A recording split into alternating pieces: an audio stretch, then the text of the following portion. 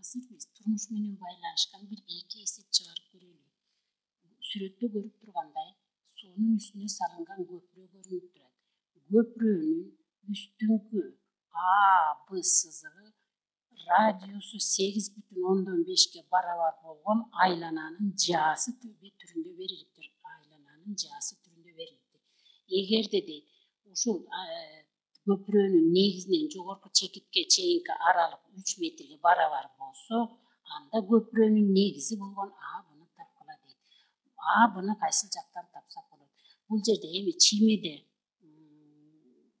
азыр кошумча чийме чийгенге аракет кылып көрөлүк. Анда азыр биз муну 3 бурчтуктан өзүңөр байкап атасыңар, тик бурчтуу 3 бурчтуктар өтө көп пайдаланылат экен. 3 бурчтук мына жерибиз О, могу жер К, О, К, мынакей О, К, Б. О, К, Б 3 бурчтугу бар деп элестетип биз ушул жерден бул жердеги К, Б'ны тапканга аракет кылалы. К, Б бул тик бурчтуу 3 бурчтук болот дагы. Анда кайрадан эле Пифагордун теоремасы жардамга келет экен. Бул барабар. Анда О, Б'ны туташтырган болсо гипотенуза болмок дагы. Гипотенузанын квадратынан мына эки катет О, К'нын катетин алып салганга барабар болот экен. О, К'нын катети. Бизде О, Б өзүңөр көрүп турасыңар, радиуска барабар белгилүү экен. Анда О, К'ны издейбиз. О, К деп могул аралыкты айтып атабыз. Анда О, К аралыгы эмнеге барабар? Ал О, М аралыгынан башкача айтканда мына О, Мден М, К'ны алып салганга барабар экен. М, К'ны барабар. О, М мына радиус болуп турат. Радиусубуз 8,5ге барабар. 8,5ге барабар. МК болсо 3ге барабар. Ошентип 5,5ге барабар болуп калды. Анда К, Б'нын квадраты барабар. Мынаны биринчи барабардык десек, биринчи барабардыкты чыгарып жатабыз. О, Б'нын квадраты дейт.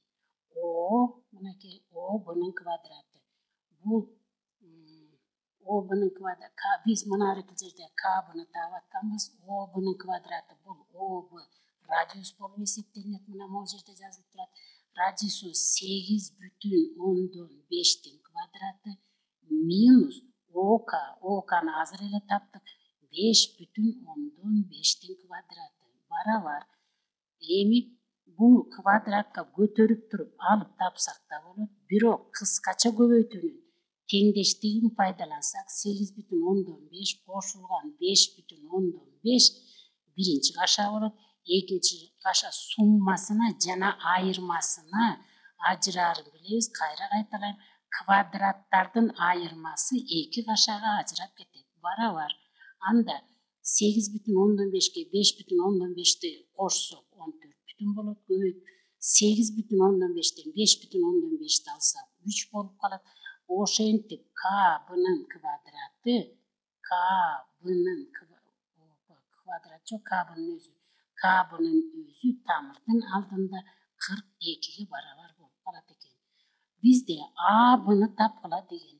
Анда А, Б деген эмне?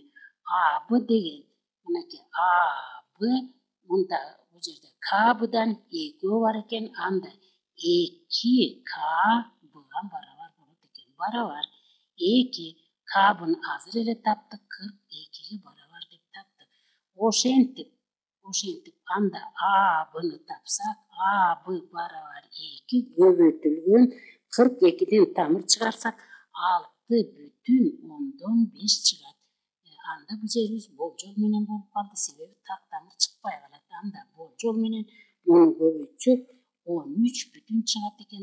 Ошентип көпүрөнүн узундугу А, Б барабар 13 метрге барабар болду. Эми экинчи эсепти чыгарып көрөлү. Экинчи эсебибиз маятник экендигин көрүп турасыңар. Эгерде маятниктин жибинин узундугу дейт, мынакей А, Б'нын узундугу 1 метр болсо дейт, ушул маятник альфачалык бурчка кыйшайып, термелип, С чекитине келгенде дейт, маятниктин өзү жиптен канчалык алыстыкта турат, Д'сыны табыш керек экен. Көрүп турасыңар, бул ДЦ кайсыл фигура менен байланышып турат? Ал баягы эле бизге тааныш тик бурчтуу үч бурчтук Д, А, С тик бурчтуу үч бурчтугу менен байланышып турат. ДЦ ушул тик бурчтуу үч бурчтуктун катети экен. Анда кайрадан Пифагорго барсак, Пифагор бул теореманы ачпаса эсептер кантип чыкмак билбейбиз, өзүңөр көрүп турасыңар. Ар бир эсепте Пифагордун теоремасы бар экен. Анда гипотенуза АЦнын квадратынан алып ташташ керек экен. Экинчи катет АДнын квадратын. АДнын квадратын. Ошентип бизге АЦ дейт. Мынакей АЦ. АЦыбыз болсо жиптин узундугу 1 метрге барабат, түшүнүктүү болуп турат. АД деген эмне? Анда АДны таап алалы. АД барабар. АД бул АБ маятниктин жибинин узундугунан ДБны алып салганга барабар экен. Маятниктин жибинин узундугу 1 метр. Ошондон алып салыш керек экен 10 ДБ 10 сантиметр болуп калды. Азыр бирдикти жазып жатканыбыздын себеби бул бирдиктер ар түрдүү болуп калды. Бирөө метр, бирөө сантиметр. Демек сантиметрге айландырып алсак болот экен. 1 метрде 100 сантиметр бар. Анда минус 10 сантиметрди алсак 90 болуп калды. 90 сантиметр. Ошентип A'ды 90 болду. Эми чыгарып аткан мына бирки биз издеп аткан ДЦны дароо эле таап алсак болот. ДЦ барабар АЦ. АЦбыз маятниктин жибинин узундугу 1 метр болуп атат. Демек 100дүн квадраты минус АД дейт. АДны азыр эле таптык 90. 90дун квадраты болот экен. Барабар. 90дун квадраты барабар. Анда тамырдан алдында 100дүн квадраты 10.000ге барабар болот. 1, 2, 3, 4 болду туура. Минус 8100 болот 90дун квадраты. Барабар. Ошентип анда 1000ден 81ди алып таштасак 1900 калат. 1900 калат. Барабар 1900ди чыгарганга оңой болсун деп 19 көбөйтүлгөн 100 деп жазып алсак болот. 100.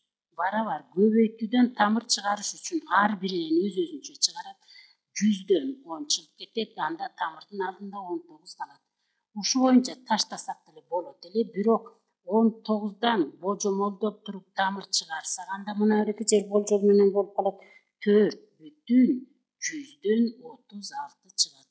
Ошентип биз издеп аткан ДЦ барабар 43,6 сантиметрге барабар экен. Ошентип Пифагордун теоремасынын жардамы менен эсептерди чыгарып алдык.